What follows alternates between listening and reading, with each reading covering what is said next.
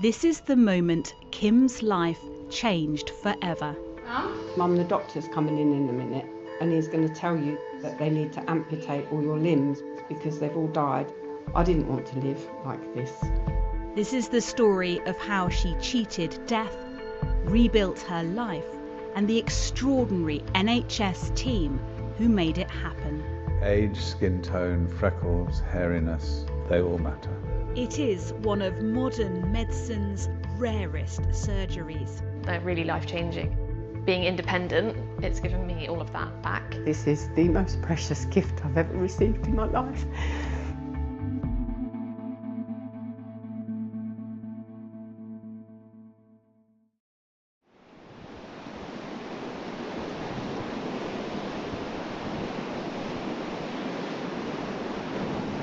Kim Smith and her husband Steve love this part of Spain. They would go to Alicante at least twice a year to see friends. But on one trip 8 years ago, her life changed overnight. I was in Spain, started to feel quite unwell, but I didn't really know what was wrong. Kim had been suffering with back pain, but an X-ray showed no issues. The next day, a GP diagnosed her with a urinary infection, but was told she'd need to wait for the antibiotics to arrive. It was too late. I woke at 4 in the morning and I said to my husband, I'm dying, I need to go to hospital right now. Little did he realise that 2 hours later they would come out to him with my bag of clothes and just go, she could die, she's got 2 hours to live. 6 weeks after first becoming ill, Kim was transferred from Spain to Milton Keynes Hospital. A common urinary tract infection had led to sepsis. Her arms, legs, and parts of her skull had turned black.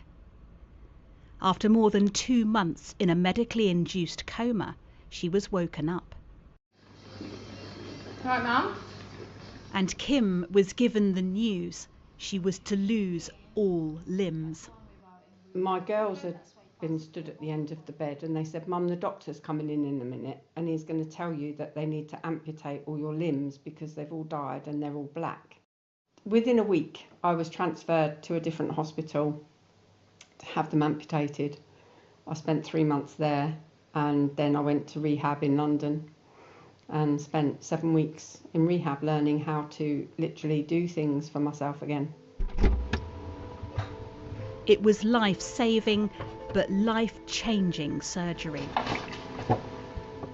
I always took pride in how I looked and then all of a sudden that was kind of taken away from me. I felt, I guess, naked and a mess and a wreck. It caused me a deep depression, but I wouldn't admit it for a long time. The world Kim had built for herself no longer existed. Her family's support was the only constant. When I first came out of hospital, life was so hard. I was in such a dark place. I wanted to die. I didn't want to live like this. And every time I went out, even now, people stare at me. I just don't look now. I had a business. I couldn't work anymore. I was a hairdresser. And I'd been hairdressing all my life, so without hands, there is no chance of you ever being a hairdresser again. Doctors told Kim it was unlikely she would ever walk again. She proved them wrong. And that's the thing, it's good to be able to practice with distraction. And 5 years later, took her first steps.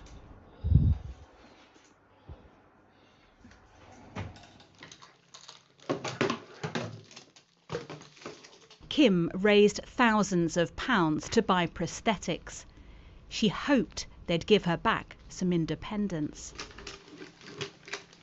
They're heavy, they're uncomfortable, they're just, you know, they don't really enable me to do much at all. Yeah, okay, I could pick something up, but they're so heavy. And I just find I can do more with my stumps than I can with any of the prosthetics, unfortunately. I wish they did work. I wish they did enable me to do more.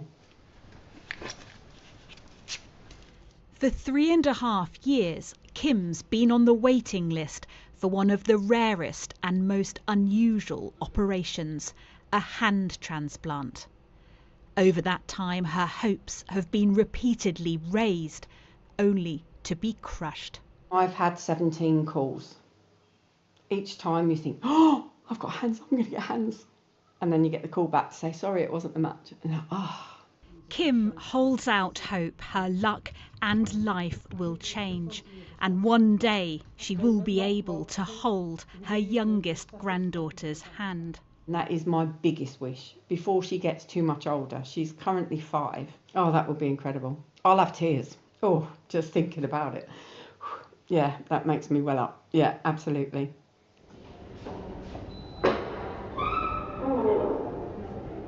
Professor Simon Kay runs the UK's only hand and upper limb transplant team.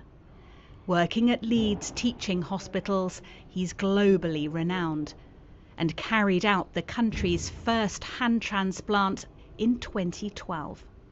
We are prepared to transplant across gender. So if a woman says, I'm prepared to accept male hands, provided they're not great big shovels and they're dainty hands, that's fine. But age, skin tone, freckles, hairiness, tattoos, of course, they all matter. He knows having conversations about death and limb donation aren't easy, but also knows the difference those difficult discussions can make. When a family declines to donate because they can't bear to think of their loved one being buried or cremated without their limbs, I always think it's worth pointing out that that is an understandable and very distressing idea, but the person who would receive them is living their life like that every day. Kim is among 5 more patients currently on the waiting list, with a further 2 set to join. Patients have to overcome a series of hurdles before they're given new limbs. They must undergo a year of regular psychological and medical evaluation. They have to decide what type of hands they'd be willing to accept, gender, size, age, and ethnicity. And the limbs must be a biological match to reduce the chances of their body rejecting them. Becca Heritage is one of the few who've successfully been through that process. She's a medical student who lost her lower limbs and both hands to meningitis. Before I had sort of nothing left in terms of my fingers, just palm, so yeah, amputated about there. And then the way they've done the surgery is they've connected the bones back through here, and then the tendons, vessels and nerves all through my wrist here. 2 years on, her transplant has changed her life. She's back at university and the new hand is functioning well. There are always going to be limitations because like nerve recovery especially is really complicated. So I can't move it perfectly, but I can move well. I can touch all my fingers. I can grip things fairly strongly. I'm like more confident with that grip as time's gone on. So in terms of sensation, I can feel temperature, so hot and cold. I can feel like if something's like damp, I can feel like a sharp pressures, and I can feel some kind of textures as well. Practically, I can write with this hand again. I can paint, which is one of my hobbies. In terms of like cooking or like getting ready, being independent, it's given me all of that back. Becca's been advising Kim, who is unexpectedly in hospital. Just 5 days after Kim first sat down with Sky News, she received a phone call. Now the 19th time she'd been told to prepare herself for life-changing surgery. I've had a suitcase packed for 3.5 years. So the day I went on the waiting list, I went home and I got a suitcase and it was loaded with everything. This is the first time she's made it as far as the hospital. Yesterday I get a call at 6:25 and I remember looking at the time and seeing the nurse's name come up, and then she said, we've actually got a match. And I went, really? are you serious? Really? And I was just like, oh my God. I'm sitting here now. I still can't believe it's actually real. Until they come and take me to theatre and I wake up with them on me, I won't believe it's actually happening. Kim arrived late last night. She knows with transplants the clock is ticking and anything could happen.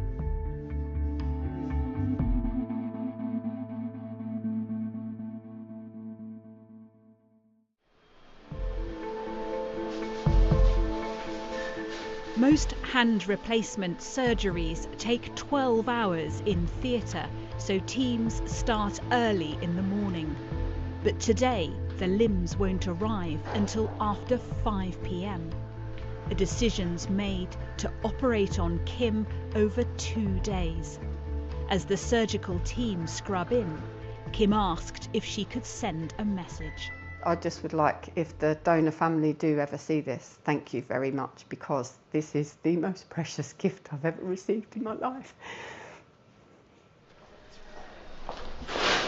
To reach this stage, someone else must have just died, and their grieving family given consent to a specialist organ donor nurse. Andrew Mawson-Lees has this, the most difficult job, speaking to grieving families about organ donation. They're having the worst day ever. They've been told the worst news imaginable, that their loved one's dying. But we might be able to give them a glimmer of hope that something positive could come out of such a tragic situation. And when you mentioned the potential for a hand donation, what's that reaction like? Sometimes it is a bit of a shock when we first talk about it, but when we explain the benefits and how that might enhance somebody's life and give them an independent living, then they often are really supportive of that. It is a highly complex procedure with life and death intertwined in theatre. A double hand transplant involves 4 surgical teams working together across 2 hospitals to remove and reattach the limbs. And to transport the hands, they're flushed with a special solution, chilled and then transported on ice. It is a race against time. The donor hospital can't be further than 2 hours from Leeds. And then the arms need to be cut to size so they fit the recipient. So only around 1% of people at Dyke are in a position to be able to donate organs. That percentage is even lower than when it comes to hand and upper limb donation, because not only are we looking at blood matching, we're looking at visualisation matches as well, skin tone, size, and that's really important. And every year, despite organ donation switching from an opt-in to an opt-out system, there are fewer and fewer potential donors. On the day that you've been told that your loved one dying isn't the day for you to make decisions, especially such really important decisions when it comes to donation. If you've had that conversation in the past, then it just makes that day so much easier for your family, that they know what you want, they know they're not going against anything, and they often will then support that decision when it comes to asking about organ donation. So people really need to be talking about it now? They do. They need to register their decision on the organ donor register, and most importantly, they need to talk to their family and tell them what they would want. Including about hands? If they could, that would be amazing.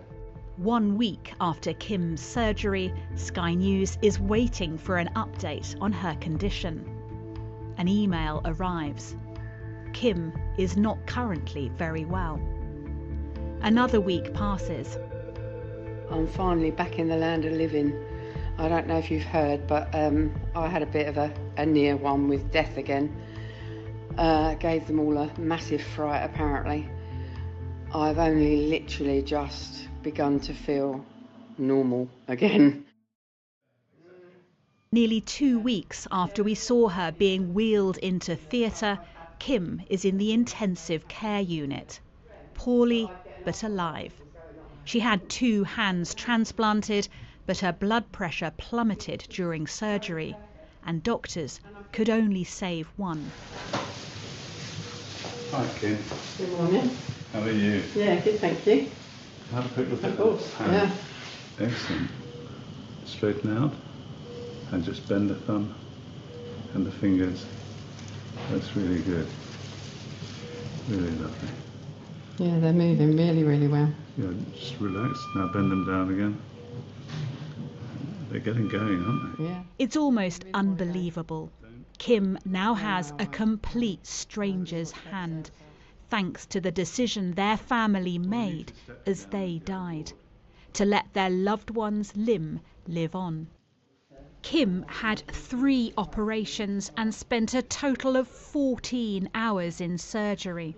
It's still not clear why she became so unwell during her transplant. We decided that, as always, life more important than limb, and we had to accept that she'd probably lose that right hand, which is, hugely disappointing for her, for us, and also for the donor family. But the team's more than happy with the one hand they successfully transplanted. I think that hand's going to be perfect. It's going to be fantastic. I mean, it's not going to be normal like her old hand, but when I say perfect, I mean really, really good. And for Kim, it's overwhelming. It's just so life-changing, really life-changing. And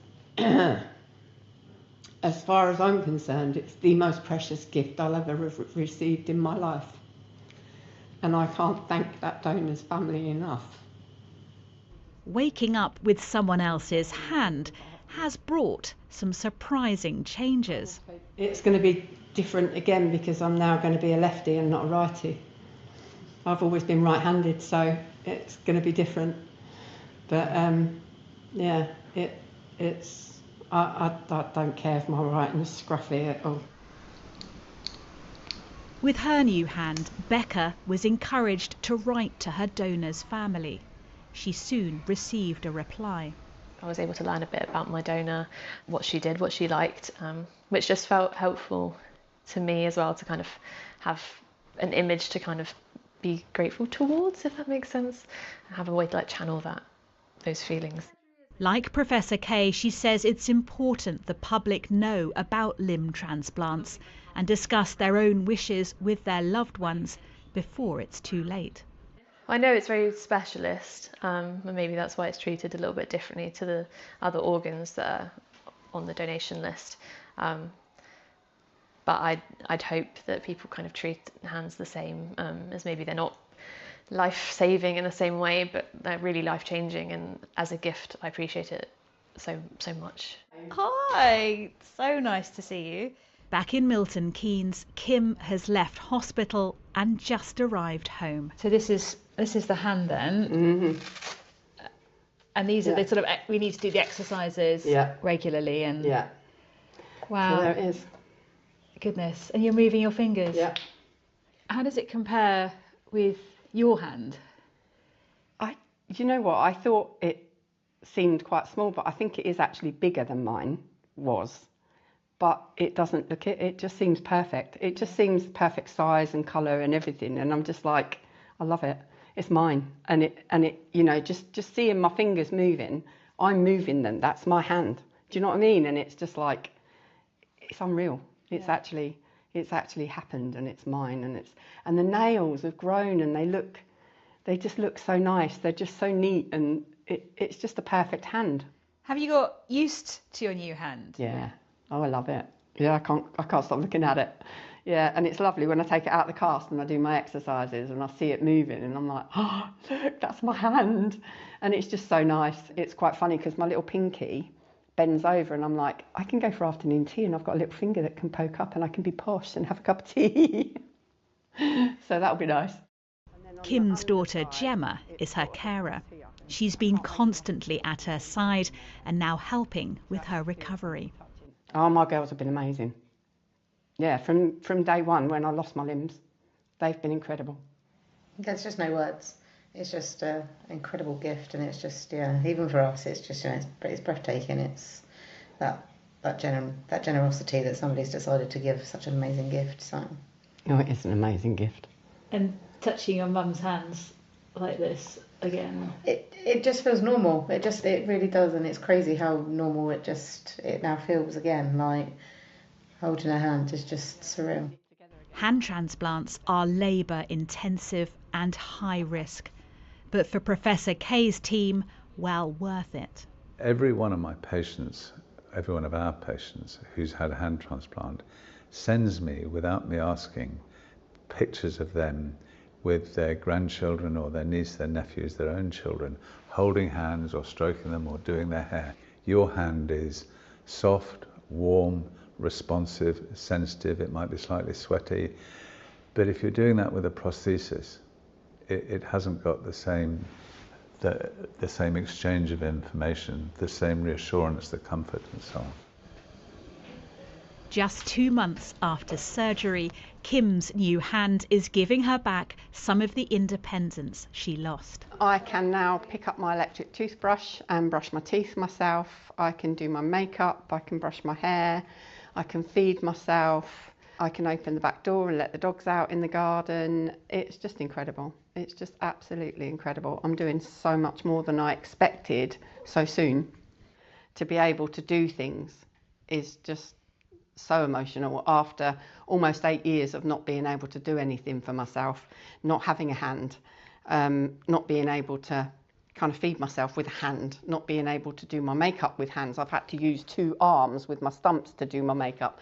Now I can just use one hand, and it's just everything's just emotional. This is Kim 8 years ago, her last Christmas before her life was turned upside down. But now she can decorate the Christmas tree and help prepare food.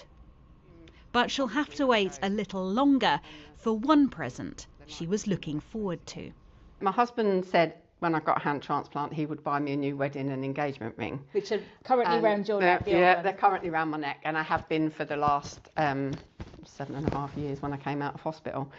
And he was going to buy me a new wedding and engagement ring for Christmas this year, but I've been told that I need to wait a year before I get wedding and engagement rings because of swelling. It gives him longer to start saving. Yeah, that's right, yeah.